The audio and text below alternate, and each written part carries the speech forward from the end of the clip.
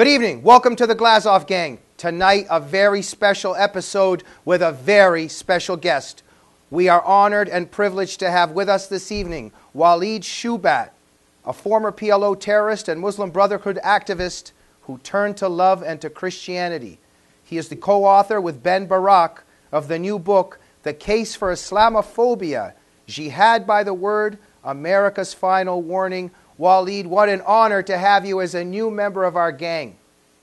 The honor is mine. You're an old friend, and I've known you for years, and we've always been good friends and equal par, my friend. Walid, on a scale of 1 to 10, 1 being the lowest, 10 the highest, how excited are you to be part of this new gang? Always. I've known you for years. I've known you to be a righteous guy.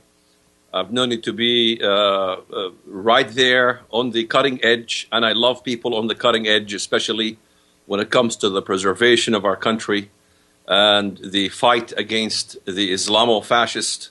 And I've known your boss, good man, and you're good people.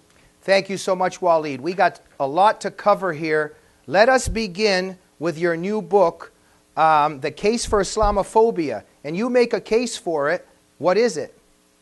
Well, the case is very simple because we are always accused of Islamophobia every time we discuss the dangers of Sharia, the dangers of Islamization, and the idea of creating this new term, Islamophobia, against us. It shows that we are afraid of Islam. But this is absolutely fallacious because, you know, having fear of something means we do not address the issue.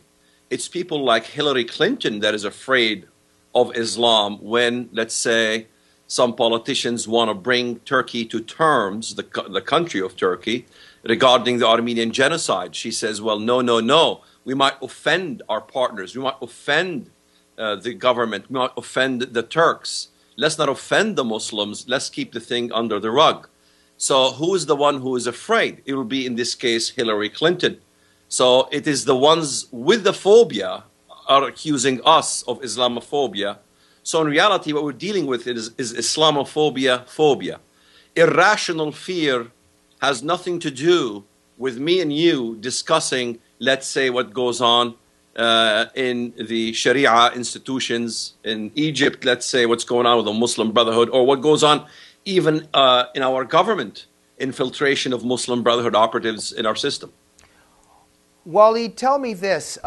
You show and document, okay, I have to interrupt for a second. Let me ask you this. A Christian smoking. Now, I'm not saying it, but what if you were attacked by, let's say, people of the Christian faith about why you're smoking? Well, that would be only in America. You know, in the Middle East, especially in Israel. I come from Israel. You could say 90% people smoke there. And Christians there smoke too. Middle Eastern Christians smoke. It's the Westerners who made this big fad about this big hoopla about your body is a temple of the Holy Spirit, so you shouldn't smoke. Well, I got news for these guys. The first government that wanted to ban smoking were the Nazis. So it is not about the issue of smoking. It's about the issue of control. One cigarette a night doesn't harm me after dinner. It makes me feel good. It makes me relax. So I'm not a chain smoker. I'm a very light smoker. So I smoke. And it gives you strength to fight against evil, so it's justified. Walid, can you give me a green light as a Christian to drink some beer and have a couple shots of vodka? It's not a problem. It's okay. The issue is being drunk. Okay. You know, I don't like being drunk. I don't like, you know, the feeling of being drunk. I've tried it a couple times in my life. Okay. It's sick. You know, you puke, you get sick. It's not part of my life. So, okay. But it's to have a glass of wine every now and then, and it's enjoyable. Thank you very much, Walid. Now, from that issue to another serious issue, let me ask you this. You show and you document the infiltration of the Muslim Brotherhood into the administration. You mentioned Hillary Clinton. Just tell us a little bit about this. Huma Abedin was her deputy chief of staff, right at her right hand. Her father was Muslim Brotherhood, her mother's Muslim Brotherhood, her brother's Muslim Brotherhood. What was going on there and what continues to go on? In fact, it was I who broke the news about Huma Abedin when everybody was focused on her husband, Anthony Weiner, with his sexting. I was more concerned about her connection with Abdullah Omar Nassif. Abdullah Omar Nassif was her boss as she worked for her parents' Institute for Muslim Minority Affairs, in which we found her membership in that organization and began to look deeper into that organization, the Institute of Muslim Minority Affairs, which stems from the government of Saudi Arabia and the Wahhabists. In fact, it was her father that, with other scholars, worked out a manifesto issued by the government, by the king of Saudi Arabia at the time, in which he was one of 20 other scholars, talking about how how Islam is going to take over the world. And when it came to the issue of the United States, they talked about, it discusses how the Jews basically are the hindrance because they have money and have wealth and have control over this country, and how they need to remove the hindrance, that is the Jews, to be able to take America from within. So you have an entire manifesto. It's a huge document. I translated excerpts from it, which shows that there is a major program by the government of Saudi Arabia, the Muslim Brotherhood as well. Her mother didn't turn out to be just a member of the Muslim Brotherhood, but a leader in the Muslim Brotherhood. So her brother also, we showed photos, we showed United Nations reports. These are absolutely irrefutable documents showing the connection of her brother as well with the spiritual head of the Muslim Brotherhood, Sheikh Yusuf al-Qaradawi. So they work very well together. And in fact, this Muslim Minority Affairs also is propagated by Taha Jabir al-Alawani, who runs the program for the American military, the U.S. military, in which he recruits imams, clergy in the military. And he basically talks about using the Muslim Minority Affairs as an issue of sprouting jihad in America, in which he talks about physical warfare, military warfare that will be declared in the United States. And these people work for the United States. So this is an infiltration from within. It is a very serious infiltration. Walid, it's a very serious infiltration, to say the least. Thank you so much for being a truth teller in these times. Let me ask you this. You would think that an American administration, would you have you at its right hand, would call Walid Shoebat and say to him, please tell us, what are the threats to this country? We've got Huma Abedin at the right hand of Hillary Clinton. Where is Chris Matthews? Where is Piers Morgan? Where is Anderson Cooper? MSNBC? Even in the White House, Barack Obama. What's going on? Why doesn't anybody care? Why are they not talking about this? Why are they not concerned about it? Why is an immigrant like you more concerned about saving and protecting this country than our White House and the media? Well, an immigrant like me knows very well how the system works from the Muslim Brotherhood's perspective, because I used to be in the Muslim Brotherhood in Chicago.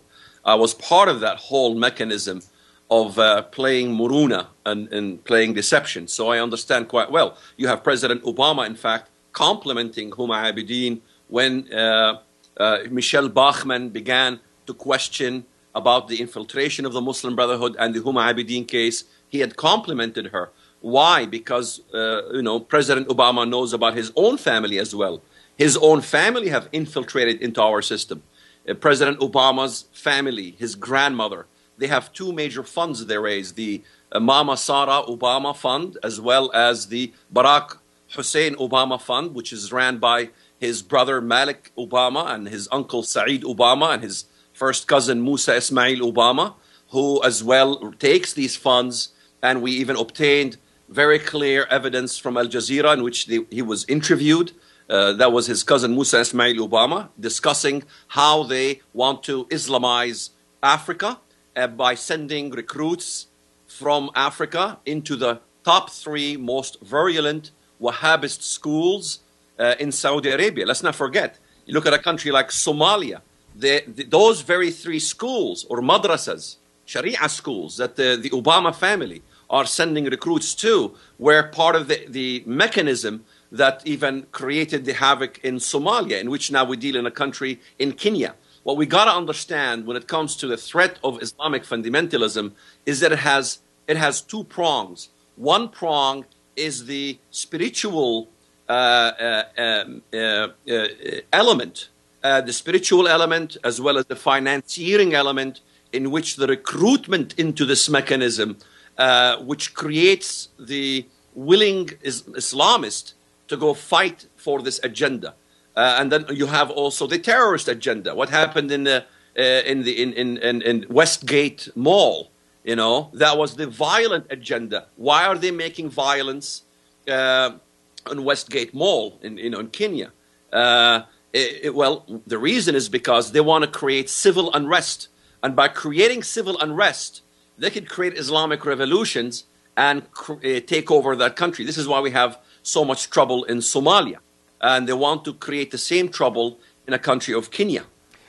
Same things going on in Egypt. You got nearly civil war going on in Egypt between pro-Muslim Brotherhood operatives versus the government.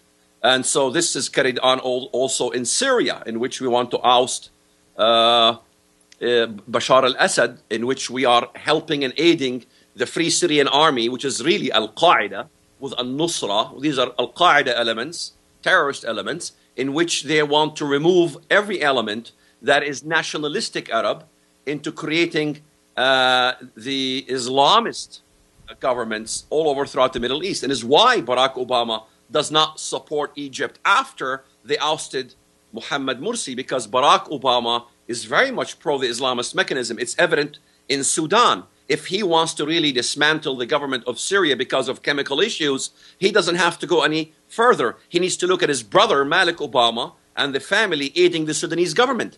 In fact, his brother, Malik Obama, works directly under Omar al-Bashir, who is wanted on 7 counts in the International Criminal Court. So if he cares about genocide, why isn't he focused on Sudan? They killed millions of Christians.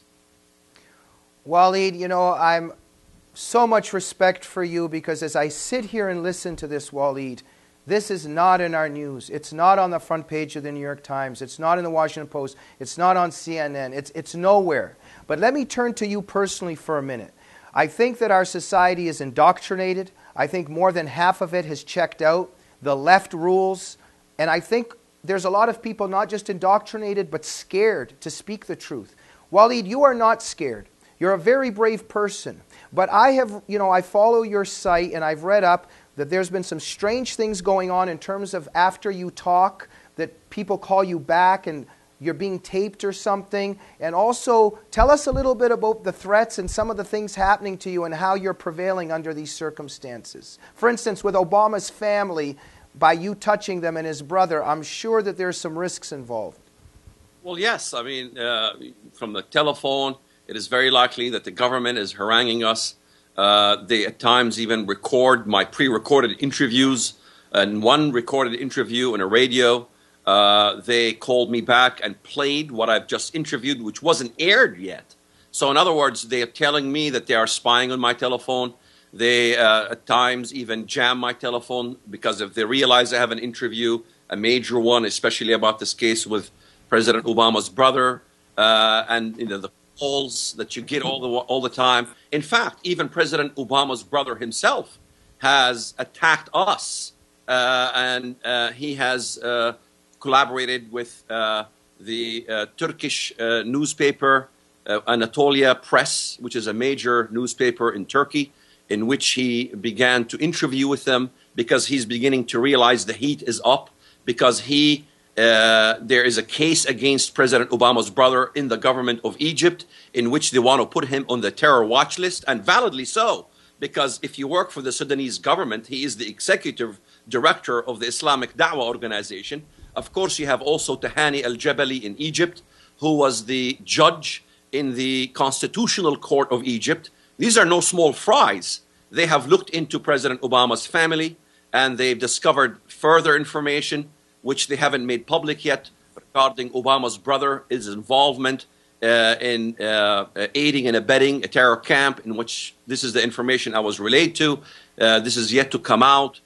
Now he goes to the Turkish paper and he begins to attack me. In fact, I have translated the attacks verbatim, in which he says that Shoebat, that is me, is famous for selling lies.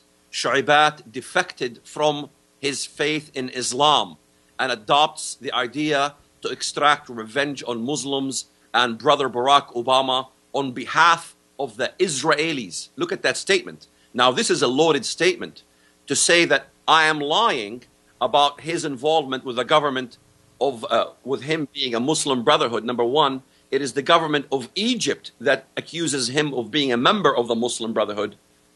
Yeah, you have a question? No, go. Just please wrap up because we only got 2 minutes left. We talked about his involvement in the Sudanese government, number one, not this issue.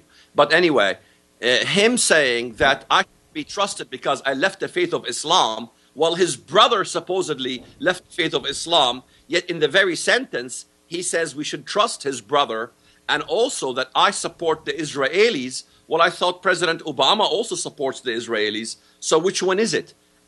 He should look at me as he views his own brother. Wow. Walid, thank you so much for fighting for all these things and for putting your life on the line. You know, look, you're a Christian, I'm a Christian. You know much more about theology than I do. Let's leave on a positive note, or at least give me some hope, because we see the ship sinking. We see evil prevailing. But Walid, am I correct that Christian theology teaches us that in the end, Jesus will come back and kick some butt? Absolutely. In fact, if you look at the Bible, all the countries that he deals with when he comes to defeat those nations are Islamic. It's something that many of the church community in the West need to revisit in the Bible. I can give you tons of references from the Bible. He will come and he will set the record straight. He will defeat those enemies. In fact, he comes to Egypt, Isaiah chapter 19. Egypt will be in a civil war, exactly what we see now. So, you know, the Messiah, Christ, will come to Egypt. He will defeat the Muslims in Egypt, and he will establish his kingdom. Walid Shoebat, an honor and a privilege to have you on the Glazov gang. I wish we had another 10 hours to speak with you, but you will be back, right? Anytime you want. Walid, God bless you. Keep the fight, keep up the fight, and keep the faith. Take care. Blessings to you as well. God bless. And we'll see you for our second episode on the Glazov gang in a minute. Good night.